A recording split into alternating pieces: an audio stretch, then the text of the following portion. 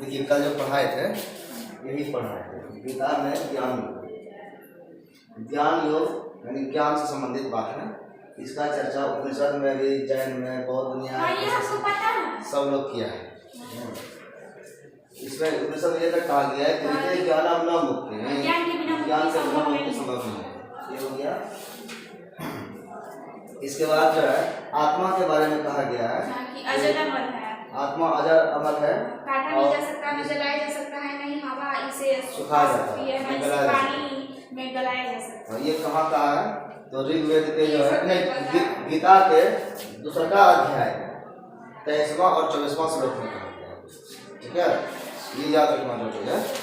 तो उसके बाद इसी तरह से गीता के दूसरा अध्याय के 13वां श्लोक में कहा गया है कि जिस तरह से शरीर की अवस्थाएं होती हैं, बाल अवस्था जब बच्चा रहता है, फिर यौवन होता है, जवानी आता है, फिर वृद्धावस्था में बूढ़ा हो जाता है, उसी तरह से एक अवस्था है जो मृत्यु होता है, देहांतर होता है। देहांतर होता है तो देह का अंतर होता है, यानी कि एक शरीर जो है छोड़ करके दूसरा शरीर प्रवेश करता है। तो ये किस तरह से करता है? तो बोलता है कि दूसरा श्लोक 22वां श्लोक बताया है कि जिस तरह से वस्त्र को बदलता है शरीर,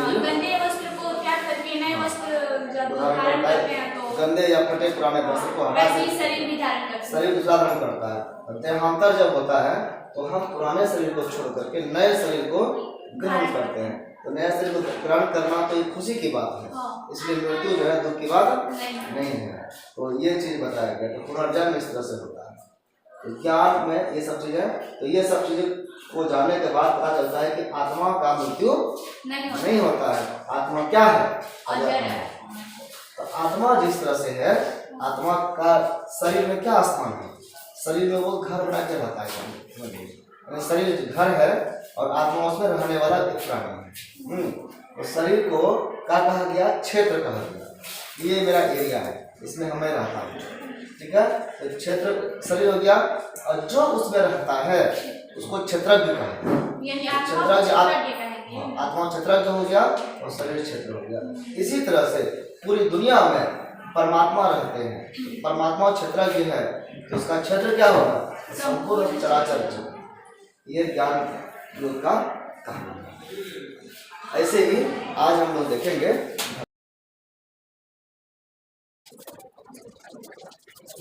आज के क्लास में हम लोग देखेंगे कि गीता में भक्ति योग क्या है। योग जो 3 प्रकार के बताए गए हैं वो क्या क्या है? ज्ञान मार्ग, भक्ति मार्ग और कर्म मार्ग। मार्ग यानी कि योग ही एक मार्ग है। तो ज्ञान योग, कर्म योग और भक्ति योग। तो भक्ति योग को आज हम देखेंगे। तो भक्ति योग भी एक ऐसा मार्ग है जिस पर चल करके हम मोक्ष को प्राप्त कर सकते हैं। लक्ष्य क्या है? मोक्ष प्राप्ति। तो मोक्ष प्राप्ति कैसे करेंगे? कौन सा मार्ग पर चलकर करेंगे? किस योग को पा करके हम मोक्ष को पा सकते हैं? तो किस योग को अपना करके? योग का मतलब था संयोग होना, जुड़ना, मिलना। तो मिलता किससे है? ईश्वर से। आत्मा को ईश्वर से मिला देने का काम, एकाकार कर देने का काम, या उसके बारे में ज्ञान हो जाना ही मोक्ष कहलाता है। तो भारतीय विचारक जो है, भारतीय दर्शन में इसके लिए कहा गया है कि ये कैसे होगा, भक्ति कब हो सकता है।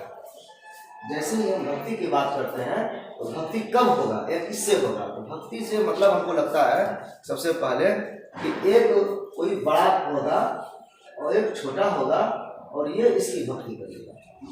ठीक है, यानी कि एक मालिक रहेगा और एक सेवक रहेगा और इनके ही आदेशानुसार ये कार्य करेगा। तो इस तरह से उनके आदेशों पर चलेगा। जब मालिक और नौकर के बीच में, सेवक के बीच में दिमाग लगाने का काम मालिक करता है, सेवक कुछ भी नहीं करता है। सेवक का काम है सिर्फ आदेश का पालन करना। अगर कुछ आदेश हुआ है तो उसका पालन करने का काम किसका है? सेवक का। तो ये कब होगा? आदेश का पालन कब करेगा? 2 स्थिति में करता है। एक स्थिति है डर। अगर डर है, ठीक है, मालिक का डर है कि मालिक जो है अगर हम उनके बात को नहीं मानेंगे तो हमको सजा देंगे, पनिशमेंट देंगे। तो डर है सजा का, तो फिर मानना है। तो ऐसे में मोक्ष मिलेगा क्या? डर से कोई काम कर रहे हैं तो दिल से तो करेंगे नहीं ना, तो ये चीज कट गया, ये नहीं, भक्ति योग ये नहीं। तो दूसरा है प्रेम। प्रेम पूर्वक, प्रेम के वशीभूत ईश्वर भी होते हैं, भक्त के बस में भगवान होते हैं, ऐसा कहा जाता है। तो कब होता है, क्यों होता है? क्योंकि भक्त के दिल में होता है प्रेम, और प्रेम जब होता है तो प्रेम के साथ साथ श्रद्धा भी होता है। और श्रद्धा विश्वास रूपी में कौन सा श्लोक है बताइए? कौन सा सर? श्रद्धा विश्वास। शिव जी क्या कह रहे हैं? उसका शुरू बोला उनको याद नहीं आ रहा है। श्रद्धा विश्वास रूपिनो यमास्त्रोत ही ऐसे कुछ है, भी पूरा श्लोक हमको याद नहीं आ रहा। तो मतलब ये इनमें प्रेम होता है मुख्य रूप से, और प्रेम के कारण ईश्वर की भक्ति हो पाता है। और भक्ति का दूसरा अर्थ कह सकते हैं कि सेवा। सेवा क्या करेगा? सेवा करेगा, तो ईश्वर की सेवा प्रेम पूर्वक करेगा।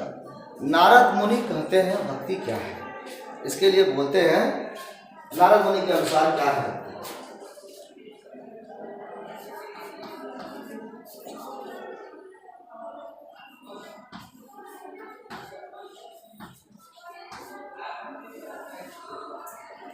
तदर्पिता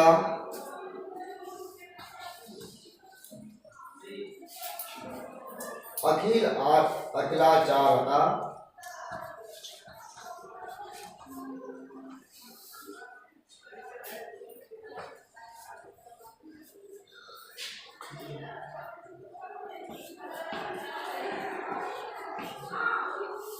तद्दीय स्मरणे परम व्याकुल तेति,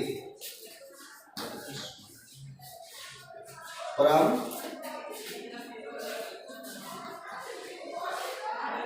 व्याकुल तेति। इसका मतलब हुआ कि सब कर्मों को भगवान को अर्पित कर देना। ईश्वर इन मालिक के आदेश के अनुसार सेवक जब कोई सेवा करता है, कोई कार्य करता है, तो उस कार्य का सारा फल किसको अर्पित करता है? मालिक को। उसी तरह से भक्त जब सेवा करता है ईश्वर का, तो उसके सारे जो इष्ट, उसके अभिष्ट होंगे, वो सारे अच्छे चीज किसको अर्पित करते हैं? ईश्वर को अर्पित करते हैं। यानी कोई भी कार्य करेगा तो ईश्वर को समर्पित करके करेगा। यानी कि सब कर्मों को ईश्वर को ही ऐसा माना जाता है कि भक्त अपना कुछ भी नहीं समझता है। वो समझता है कि कुछ भी कार्य कर रहे हैं तो किसके लिए कर रहे हैं? ईश्वर के लिए कर रहे हैं। ईश्वर ही हमको जैसा करने के लिए कह रहे हैं, हमारे मन में वही कार्य हो रहा है, बुद्धि वही आ रही है और हम कार्य कर रहे हैं। तो ईश्वर का कार्य मान करके जब हम करते हैं तो कोई गलत कार्य हमसे होगा नहीं। तो इसलिए जो भी कार्य करते हैं वो ईश्वर का कार्य है, ईश्वरीय कार्य है, ऐसा मान करके करना चाहिए। और ऐसा करते हैं सब कर्मों को भगवान को जो अर्पित कर देता है, और किसी भी समय क्षण भर के लिए भी अगर भगवान का विस्मरण हो जाए, उससे दूरी हो जाए, हम भूल जाए और लगे कि हम अपने लिए कार्य कर रहे हैं, तो वो व्याकुलता होनी चाहिए। नहीं ये तो गलती हो गया, हम अपने लिए नहीं कर रहे हैं, कुछ कर किसके लिए रहे हैं? ईश्वर के लिए। ये जो सेवा कर रहे हैं इसके लिए यहाँ पर ईश्वर है, और ये सेवक के मन में हमेशा हो कि हम ईश्वर के लिए ही कार्य कर रहे हैं, अपने लिए नहीं। और जैसे ही विस्मरण किसी तरह से हो जाए तो व्याकुलता हो जाए। जैसे कि कुछ आप मछली पानी से जैसे अलग हो जाता है तो कैसे व्याकुल हो जाता है, उस तरह से व्याकुलता आ जाए, तब मानेंगे कि वो सेवा सच्ची सेवा कर रहा है। तब मानेंगे कि उसके दिल में वो प्रेम बसा हुआ है जो एक क्षण भी अलग नहीं रह सकता है। वो उसी तरह से जैसे कि प्रेम प्रेमी प्रेमिका। इसको और कहते हैं कि दीपक पतंगा। पतंगा जो होता है उसको लगता है कि हमारी ये प्रेमिका है दीपक, और उससे वो बेचैन अलग नहीं रह सकता। सर पतंग का क्या है? पतंग वो कीड़े मकोड़े जो उड़ते हैं, क्या बोलते हैं आप लोग उसको? अब क्या कीट पतंग ही बोला जाता है। कीट पतंग, पतंगा है ना वो। तो वो पतंगा जो है वो अपने आप दीपक जो है लव उस पे जो है कूद जाता है। वो कूदता है जलने मरने के लिए नहीं कूदता है, वो कूदता है मिलने के लिए। और क्यों? साइंस भी कहता है कि इसका जो स्मेल होता है, समझे ना, वो स्मेल वो फीमेल की तरह होता है। हर एक उसको फेरोमोन हार्मोन बोलते हैं, उस तरह से स्मेल उसको फील होता है। और इस कारण से कई सारे फसल में जो कीड़े मकोड़े लगते हैं उसको रोकने के लिए इस तरह का ट्रिक का इस्तेमाल किया जाता है कि एक फेरोमोन हार्मोन को एक जगह लगा दिया जाता है और ट्रैप बनाया जाता है, जाल बनाया जाता है, उसमें ऑटोमेटिक कीड़ा जो है आकर के कूद जाता है और फसल हमारा क्या होता है सोचो। तो जो भी है हर एक जीव में, चाहे वो कोई भी मानव जाति हो या कोई भी कीड़े मकोड़े हो या कोई भी जानवर हो, हर एक जानवर के हर एक जीवों में जो मेल फीमेल है उसके बीच में एक स्मेल होता है। ये जो गंध होता है वो गंध ही उसको एक दूसरे की ओर खींचता है, वो ऑटोमेटिक है, ये नेचुरल गंध होता है। इसके द्वारा ये प्रेम का भी गंध होता है, बच्चे माँ को पहचान जाता है, समझ गए? वो ऑटोमेटिक है कि अगर 100 के भीड़ में भी बच्चा रहेगा अपने माँ के पास वो जा सकता है, जो पहचानता नहीं है लेकिन गंध को पहचानता है। ऐसे ही तो ये जो मेल फीमेल की बात हुई है उसमें भी अट्रैक्शन होता है, वो स्मेल के कारण होता है, ऑटोमेटिक खिंचा जाता है उसके तरफ से। तो ये कह रहा है कि सेवा भावी उसी तरह का एक उसमें विशिष्ट रूप का है कि जो ईश्वर है वो एक तरह से हमारा प्रेमी है और हम जो जीव है वो हम प्रेमिका है। क्या है? जीव हमारी क्या मानी जाती है? स्त्रीलिंग मानी जाती है, ठीक है? तो जीव क्या है? वो प्रेमिका है जीव। ये सेवक मान लीजिए ये जीव है, और ईश्वर क्या है? इसको पुरुष माना जाता है। सांख्य दर्शन में कहा गया है ना पुरुष और प्रकृति, तो पुरुष यानी वो पुरुष, ये वाला पुरुष भी मान लीजिए। तो अब इनसे ये मिलना चाहता है, तो कैसे मिलेगा? उस प्रेम के कारण मिलेगा, और प्रेम जब साथ रहेगा तो हमेशा ये अपने साथ जुड़ाव महसूस करेगा कि हम साथी हैं। जैसे वो प्रेम अलग हुआ, किसी कारण से हटा, तो व्याकुल हो जाता है, और यही भक्ति का पहचान है। अगर वो प्रेम है तो व्याकुलता होगा, और हटने के बाद भी व्याकुलता नहीं आई तो प्रेम नहीं है, ये स्पष्ट महसूस होगा। अलग हो गया और फिर भी कोई गम नहीं हुआ, इसका मतलब प्रेम नहीं है। एक कहानी अभी परसों अभी नई बाजार में जो आश्रम में चल रहा है राम विवाह, परसों हम गए थे, तो एक लीला दिखाया जा रहा था दिन में, और वो था मीरा। मीरा का नाम सुने होंगे, भक्ति मीरा का कहानी। अब इसमें जो है मीरा के को जो है उनको बचपन में ही गुरुजी एक उनके सेवा से खुश होकर के एक मूर्ति दे दी। ऐसा यह कहा जाता है कि उन्होंने मांग किया, और मांग किया तो गुरुजी बोले नहीं ये तो गोपाल मेरा है, हम तुमको कैसे दे देंगे, लेकिन नहीं दिए। बाद में इनको समझ में आया, बच्ची खाना पीना छोड़ दी कि हमको वो मूर्ति नहीं मिलेगा तो हम नहीं खाएंगे। तो गुरुजी को सपना आया कि नहीं उसको दे दो। अगले दिन जाकर के मूर्ति दे दिया मीरा को, बच्ची थी, तो उसको लेके खुश हो गई, और वो पूछी, फिर एक बारात जा रहा था, पूछी कि माँ ये क्या है, क्यों जा रहा है ऐसे ऐसे? तो भाई तो ये शादी में जा रहा है, दूल्हा बन के जा रहा है, क्या होता है शादी के बारे में बताया। तो मेरा कब शादी होगा? तो तुम्हारा शादी होगा, तो नहीं अभी कराओ। तो वो माँ उसको खेल खेल में कहती है तुम्हारा शादी इसी से करा देते हैं गोपाल से। तो गोपाल को वो पति स्वरूप में मान रही थी, ठीक है? तो पति स्वरूप में मान रही थी, तो गोपाल गिरधर गोपाल और ये मीरा उसकी वाइफ हो गई। अब ये एक दूसरे को प्रेम कर रही है, साथ में हो गई। लौकिक दृष्टि में फिर से जब बड़ी हुई तो शादी का बात चला, नहीं मानने के बावजूद चूंकि घर परिवार की स्थिति देख करके मीरा ने मान लिया, ठीक शादी कर लेंगे, शादी हो गई। वहाँ पर कुछ दिनों की लड़ाई में उसके हस्बैंड गुजर गए, विधवा बन गई, लेकिन ये अपने भक्ति में रंग गई। ये पति अपना गिरधर गोपाल को ही मान गए। उसमें उसका देवर जो है एक बार उसके मूर्ति को ही चुरा लिया। तो अब देखिए उसको हमेशा फीलिंग होता था कि हमारे साथ हमारा गोपाल है, लेकिन जैसे चोरी हो गया तो अलग हुआ ना, तो क्या होगा? खुश हो गई, वो उसके अंदर बेचैनी होगी, उसके अंदर व्याकुलता होगी। तो नारद मुनि यही कहते हैं कि भक्ति का जो परिचय है वो कैसे है, उस व्याकुलता से है। और भक्त जो होते हैं वो कोई भी कार्य करता है तो अपने लिए नहीं करता है, वो किसके लिए करता है, उस ईश्वर के लिए करता है, उनको ही समर्पित होकर के करता है। और जैसे ही हम, आप सोच लीजिए कि समाज में कोई काम करते हैं तो आप देखिएगा जनरल जो विचार होता है कि हम कोई कार्य करते हैं और अच्छा होता है तो कहते हैं हमने किया है, और बुरा होता है तो कहते हैं कि उसके कारण हो गया है। तो ये जो भेदभाव वाली बात होती है, ये जो आरोप प्रत्यारोप की बात होती है, ये अच्छी बात नहीं है।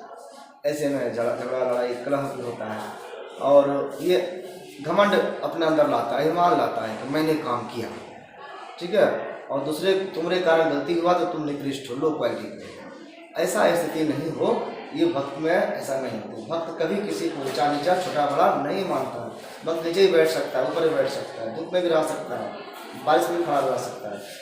जो उचित प्रकृति की संज्ञा दी गई है, गीता में कहा गया है कि एक समान रहने वाले वैसा स्थिति होता है, उसको कोई फर्क नहीं पड़ता है। तो ये भक्त जो होते हैं वो भी ऐसे ही होते हैं। और वो क्यों ऐसा होते हैं, क्योंकि वो कभी भी अपने लिए नहीं करता है, वो किस लिए करता है, ईश्वर के लिए करता है। ये मेरा क्या बताता है, उसको भी जहर दिया गया तो कहा कि जहर कुछ नहीं है, ये कहा हमको कहा गया है कि चरणामृत है, तो चरणामृत समझ के पी लिया, ठीक है, तो चरणामृत बन गया। ऐसे ही श्राप दिया, माला है, माला बन गया। या ऐसे कुछ कह सकते हैं, बहुत सारे महात्मा देखे होंगे कि जब वो कुछ खाते पीते भी हैं तो अपने नहीं खाते हैं, क्या करते हैं, वो भोग लगा देते हैं कि जो हम आपको अर्पित कर दिए, अगर इसमें कुछ अच्छाई है तो अच्छाई ले लीजिए, आप बुराई है तो आप ले लीजिए, अब हम आपको ही दे करके समर्पित कर रहे हैं। तो माना जाता है ऐसा कि अगर बुराई है तो ईश्वर अपने ऊपर ले लेते हैं। तो ईश्वर की आराधना पूजा करने से जो भक्ति भाव का उत्पन्न होता है अपने अंदर, जो उससे भी मुक्ति होता है। लेकिन क्यों होता है, क्योंकि उन्होंने सब कुछ समर्पित कर दिया, ईश्वर को दे दिया। अब जो कर्म करेगा उस कर्म का फल किसको मिलेगा, इसको तो नहीं मिलेगा। कर्म फल शून्य हो गया, कर्म फल शून्य होगा, निष्काम कर्म की पूर्ति हो गई और अगला जन्म नहीं होगा। उस जब इनको ये इन्होंने कोई फल ही नहीं कमाया, कोई कर्म करके कोई फल जब नहीं कमाया, कोई मजदूरी नहीं कमाया, तो अगले जन्म में क्या खाएगा, यानी कि कर्म फल का भोग करने के लिए इसके पास नहीं बचा। तो कर्म फल का भोग क्यों कम करना जरूरी है, क्योंकि जब तक भोगने के लिए रहेगा कर्म तब तक जन्म लेना पड़ेगा। जन्म नहीं लेना हो इसके लिए कर्म को नहीं करना पड़ेगा। कर्म नहीं करने के लिए दो तरीके, एक या तो ज्ञान पा लीजिए, बुद्धि से सोचिए हम नहीं करेंगे, निष्काम करेंगे, या अगर बुद्धि नहीं है, बेवकूफ है, पढ़ लिख नहीं है, कुछ नहीं समझते हैं, कहिए भगवान जो है आप ही का समर्पित कर दीजिए। तो ये सरल व्यक्ति के लिए भक्ति योग किसके लिए है, जो सरल व्यक्ति है, साधारण व्यक्ति, उसको कुछ समझ में नहीं आता है, कहता है सब सौंप दो। अब सब कुछ सौंप ही दिया तो तुम्हारा हुआ ही नहीं कुछ, तो तुम्हारा कुछ नहीं है तो तुमको क्यों फल होगा, न अच्छा मिलेगा फल, न बुरा फल मिलेगा, कोई फल नहीं मिलेगा, तो कर्तव्य शून्य हो जाएगा। अर्थात सब कर्मों को भगवान को अर्पित करना और भगवान का थोड़ा सा भी विस्मरण होने पर व्याकुल होना ही भक्ति है। ये नारद भक्ति सूत्र के जो पृष्ठ नंबर 19 है उसमें कहा गया। गीता में हर ओर चारों तरफ ईश्वर का दर्शन करने वाले जो ज्ञानी हैं उनसे भी ये अपेक्षा रखी गई है, की गई है कि वह ऐसे सर्वव्यापक ईश्वर को किस भाव से देखे। तो ज्ञानी है वो भी ईश्वर को भक्ति भाव से ही देखता है, लेकिन वो आँख खोल कर देखता है, ज्ञान होने के बाद देखता है। क्यों? क्योंकि उसको पता चल जाता है कि ईश्वर यानी कि परमात्मा और आत्मा दोनों एक ही रूप है। तो फिर जब समान रूप हो गया तो भेदभाव कहाँ से रहेगा, फिर उनके प्रति वही सम्मान वही आदर हो जाता है जो अपने लिए होता है। प्रत्येक कर्म ईश्वर को अर्पित करता चले। 9वें अध्याय में, गीता का जो 9वां अध्याय है, उसमें कृष्ण अर्जुन से कहते हैं कि तू जो कुछ करता है, पढ़िएगा श्लोक निकालिएगा 9वां अध्याय में। अच्छा श्लोक कौन सा है ये पता नहीं चल रहा, हाँ दूसरा 9वां अध्याय का 27वां श्लोक। ऐसे लिखा है पूरा श्लोक। यत् करोसि यदस्नासि यज्जुहोसि ददासि यत् पश्यसि कौन्तेय तत्कुरुष्व मदर्पणम्। कि इसका अर्थ क्या हुआ कि तू जो कुछ करता है, तुम जो कुछ भी काम कर रहा है, जो खाता है खाना पीना भी, जो हवन करता है, पूजा पाठ जो कर रहे हो, हवन कर रहे हो, दान जो करते हो, जो तप करते हो, वो सब कुछ तुम अपने लिए नहीं करते हो, मुझे अर्पण कर दो। तुम सोचो कि तुम अपने लिए नहीं कर रहे हो, क्यों, किसके लिए करो, तो मुझे अर्पण करो। जो कुछ भी करो वो किसके लिए करो, मुझे अर्पित करके करो। जब ऐसा कार्य करते हैं तो ये कौन सा भाव हुआ, ये भक्ति भाव हुआ। गीता में अर्जुन को कृष्ण ने ज्ञान मार्ग भी पहले बताया, नहीं समझा, भक्ति मार्ग भी बताया, और इसमें ये बताया कि तुम कुछ मत दिमाग लगाओ, जानो छोड़ो, तुम सब कुछ जो कुछ करो हमको सौंपो, हम उसका हिसाब करेंगे। ठीक है। इसी अध्याय के अंत में यानी 9वां अध्याय में ही कहा गया है आत्मसमर्पण करना। ये जो सेवक होता है वो ईश्वर के प्रति समर्पित हो जाता है कि आपको जो करना है करिए, हम अब कुछ भी निर्णय नहीं लेंगे, अपनी बुद्धि नहीं लगाएंगे। आत्मसमर्पण द्वारा ईश्वर प्राप्ति की संभावना बतलाने वाला बड़ा प्रसिद्ध श्लोक है। श्लोक क्या है, जिसने सदियों से अब तक जाने कितने ही लोगों में भक्ति की ज्योत जलाई है। पढ़िए श्लोक, 34वां श्लोक 9वां अध्याय। मन मना भव मद्भक्तो मद्याजीमां नमस्कुरु मामे वैश्यसि युक्त्वैवाम् आत्मानं मत्परायणम्। क्या अर्थ है?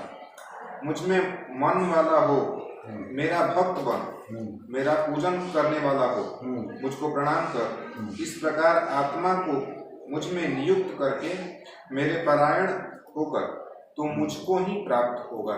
देखिए यही बात बताया, भक्ति भाव को बताया। और भक्ति भाव कब करेगा, पहले क्या बताया कि तुम जो भी कुछ करो हमको सौंप दो। फिर कहा उतना से ही नहीं होता है तो खुद को भी सौंप दो। पहले क्या बताया कि तुम जो कर्म करते हो, ठीक है, उसको 27वां नंबर श्लोक में बताया कि तुम जो कुछ भी करते हो, खाते पीते, तप करते हो, दान करते हो, पूजा पाठ करते हो, सब कुछ सौंप दो। 27वां में कहा दिया कि तुम खुद को समर्पित कर दो। आत्मसमर्पण करना मतलब क्या होगा, खुद को समर्पित कर दो। इसके लिए कहा मन मना भव मद भक्तो मद्याजी माम नमस्कुरु मामय वस्यसि युक्तैव आत्मानं मत परायणम। यानी तुम मुझ में ही मन वाला हो, तेरा मन अगर काम करता है तो किसके लिए करे, मेरा मन वो है, ऐसा समझ के करे। हम जो सोच रहे हैं वो वही मन तुम लगाओ, अपना मन नहीं लगाना। मेरा भक्त बन, भक्ति करना है तो किसका करना है, मेरा करो। इसके लिए एक शब्द आया है गीता में, कहा गया है अनन्य भक्ति। क्या कहा गया है, भक्ति भी कहा गया है करने के लिए, कैसा, अनन्य भक्ति। अनन्य का मतलब क्या हुआ, अन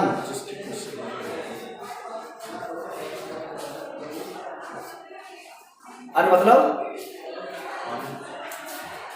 अन मतलब नहीं, अन्य नहीं, सिर्फ मेरा ही भक्ति करो, किसी और का। ऐसे भक्ति को अनन्य भक्ति कहते हैं, सिर्फ एक को मानना और किसी को नहीं मानना।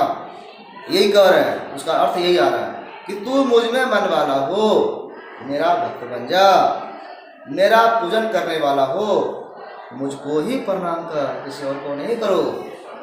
इस प्रकार आत्मा को नियुक्त करके मेरे परायण होकर तू क्या होगा, मुझको ही प्राप्त करेगा। जब एक तरफ एक जगह विश्वास करोगे तो क्या होगा, एक ही जगह पर उस लक्ष्य पर पहुंच जाओगे। गीता में ईश्वर की अनन्य भक्ति का फल, इसका फल क्या होगा, ईश्वर से एकाकार हो जाना, उस ईश्वर को पा जाना, उस ईश्वर के साथ मिल जाना, एकाकार होना कहते हैं।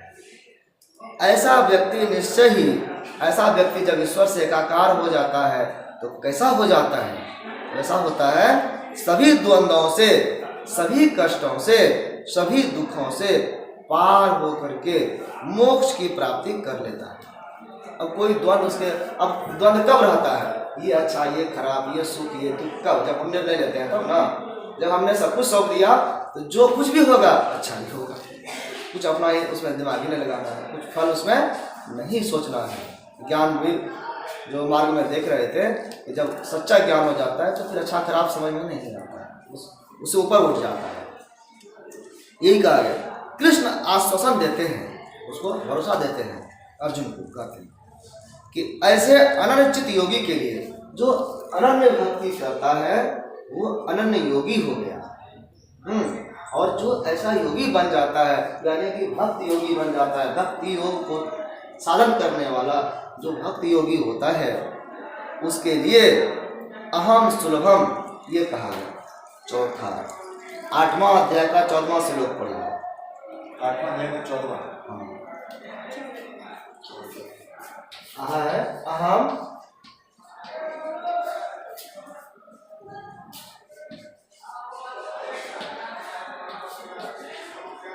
सुलभम, मैं सरलता से प्राप्त होने वाला हो जाता हूँ, बन जाता हूँ। वो भक्त जब बुलाएगा तब हम आ जाएंगे, जहाँ चाहेगा वहाँ उपस्थित हो जाएंगे। 8वां अध्याय का 14वां श्लोक मिला? हाँ 14वां। क्या कह रहा है, तो जोर से पढ़िए। अनन्य चेता सततम योग माम स्मरन्ति नित्यशः तस्याहं सुलभः पार्थ नित्य युक्तस्य योगिनः। हे अर्जुन, जो पुरुष मुझ में अनन्य चित्त होकर सदा ही निरंतर मुझ पुरुषोत्तम को स्मरण करता है, मैं पुरुषोत्तम हूँ, पुरुषोत्तम हूँ, और जो निरंतर मेरा ही स्मरण करते रहता है, हाँ, ऐसे लोगों के लिए उस नित्य निरंतर मुझ में युक्त हुए योगी के लिए मैं सुलभ हूँ, अर्थात उसे सहज ही प्राप्त हो जाता हूँ। जो ऐसा योगी है, भक्ति योगी है, जो मेरे को हमेशा याद करते रहता है, तो उसके सामने मैं हमेशा उपस्थित रहता हूँ। वो जब चाहेगा हम सामने आ जाते हैं, उसको ये फील ही नहीं होता है, कभी ये अनुभव ही नहीं होता कि हमसे अलग है। भाई आप ही सोचिए ना, जो रात दिन आप सोचेंगे आपको लगेगा सामने ही है, नॉर्मल सी बात है। आप जो सोचेंगे बार बार वो हमेशा आपके सामने दिखेगा। और इसका उदाहरण देख लीजिए कि जो आप सोचते रहेंगे और नींद आ गई तो सपने में भी वही चीज़ देख लेते हैं। ये स्वप्न का असर तो धीरे धीरे होता है, लेकिन जब भक्ति योग में निपुण हो जाता है व्यक्ति तो जागृत स्वप्न ही स्वप्न की तरफ देखने लगता है। जो हम सोने में देखते हैं वो जागने की स्थिति में देखता है, और जो हमको लगता है कि भ्रम है उसको वो हकीकत लगता है, क्योंकि हम जगे हुए हैं। हम चुट्टी काट के देखते हैं, चुट्टी दर्द हो रहा है, इसका मतलब हम सच में देख रहे हैं, सामने है, भले किसी और को दिखाई नहीं पड़ता हो, हमको दिखाई दे रहा है। ऐसा योगी को होता है गुरु के साथ। और ये भगवान कृष्ण स्वयं कह रहे हैं कि उसके लिए मुझे पाने के लिए विशेष तपस्या नहीं करनी पड़ती है, विशेष कोई इंतजाम नहीं करना पड़ता है कि हम कुंड बनाएंगे, सिंहासन लगाएंगे तब आएंगे। ठीक है, उसके लिए सहज ही सुलभ हूँ, जैसे वो सोचेगा पर सामने आ जाइए तो आ जाइए। कहा जाता है कि सूरदास के सामने कृष्ण आ जाते थे। सूरदास को दिखाई नहीं पड़ता था, लेकिन उनको कैसे पता कि जब कृष्ण छोटे बाल गोपाल की अवस्था में थे तो यशोदा के साथ कैसे खेलते थे, क्या पता उनको क्या पता, हम तो नहीं देखे हैं, लेकिन उनके सामने आकर के सारी घटना दिखा देते थे। और जब सब घटना देखते थे उसी को उन्होंने गीत में लिखा, और वो वर्णन ऐसे किया है लगता है कि उनके सामने ही हो रहा है, किसी और के सामने नहीं हो रहा था, उनके सामने हो रहा था। तो ऐसा भक्ति योगी जो होता है बहुत ही सरल हो जाता है, उनके सामने सर्वसुलभ हो जाता है। अहम सुलभम इसलिए कहा गया। गीता में यह भक्ति योग सर्वसुलभ भी बताया गया। अब ये नहीं है कि ये जो अर्जुन है कृष्ण उसके लिए कहा। कृष्ण कहते हैं कि ऐसा जो भी भक्ति योग को मानेगा, चाहे वो किसी भी वर्ण का हो, चाहे किसी भी वो प्रकृति का हो, वो कोई भी व्यक्ति हो सकता है, लेकिन जो भी ये भक्ति योगी करेगा उसके लिए मैं क्या हो जाऊंगा, सर्वसुलभ। यही कह रहा कि गीता में यह भक्ति योग सर्वसुलभ यानी सबके लिए सुलभ बताया गया है। एक स्थान पर तो कृष्ण कहते हैं कि ईश्वर की जो शरणागति ले लेता है, जो समर्पण कर देता है, चाहे स्त्री हो, चाहे पुरुष, चाहे वैश्य हो, चाहे शूद्र, अथवा किसी पाप योनि चंडाल तक का वो किसी भी जीव का हो, वो परम गति को ही प्राप्त करता है। ऐसा 32वां श्लोक में कहा गया है, 9वां अध्याय के 32वां श्लोक में। पढ़ लीजिए इसको भी, 2 ठो है, और 9वां अध्याय के 32वां 31वां दोनों पढ़ेंगे, 31-32 दोनों। 31वां में कहा है कि भक्ति का एक ही फल है, और वो फल है व्यक्ति शीघ्र धर्मात्मा बन जाता है। जो भक्ति करेगा वो पाप आत्मा नहीं रहेगा, धर्मात्मा बन जाएगा, उसका विचार ऑटोमेटिक धार्मिक हो जाएगा, तथा शाश्वत शांति को प्राप्त करता है, और वो शांति को भी प्राप्त करता है। यही कहा है 31वां और 32वां श्लोक में, 9वां अध्याय के, है ना। तो इसमें भेदभाव नहीं कहा गया, ये नहीं कहा गया है कि सिर्फ जो ब्राह्मण होंगे उन्हीं को भक्ति मार्ग करने की इच्छा है और वही आप आज़ादी है या वही पा सकता है, ऐसा नहीं है। ये किसी के लिए भी सर्वसुलभ है। ऐसे आप देखेंगे कि मीरा बताए तो मीरा कौन थी? मीरा तो अब राजघराने की थी, राजपूत हो गई। आप भक्ति में देखेंगे, उदाहरण ढूंढिए, आप देखेंगे कि भक्ति में सुदामा का भी नाम आता है। सुदामा कौन थे? ब्राह्मण। तो ऐसा नहीं है कि ब्राह्मण राजपूत ही भक्त हो सकते हैं। रैदास कौन जाति थे? प्रहलाद राक्षस जाति थे। प्रहलाद तो राक्षस योनि के थे, हिरण्यकशिपु के बेटे थे। और रैदास अभी वर्तमान काल मध्यकालीन युग के भी आप देखते हैं, रैदास, कबीर और सूर ब्राह्मण थे क्या? तुलसी ब्राह्मण थे, ऐसे माना जाता है, पता नहीं। तो ये दृष्टि गीता में स्पष्ट कहा गया है कि किसी जाति से, किसी वर्ण से हमारा कोई लेना देना नहीं है। ये जो भावना है, ये जिसके भी दिल में आ जाता है, हम उसके लिए क्या होते हैं? सर्वसुलभ हो जाते हैं। इस तरह से भक्ति योग एक रास्ता बताता है कि मुक्ति पाने का सर्वसुलभ रास्ता है ये, जब आप कुछ भी नहीं जानते हैं। इसके अलावा जो कर्मों के द्वारा, काम के द्वारा अगर आप मोक्ष पाना चाहते हैं तो उसके लिए भी एक रास्ता बताया गया है, और वो है कर्म। अगले क्लास में हम देखेंगे कर्म के बारे में।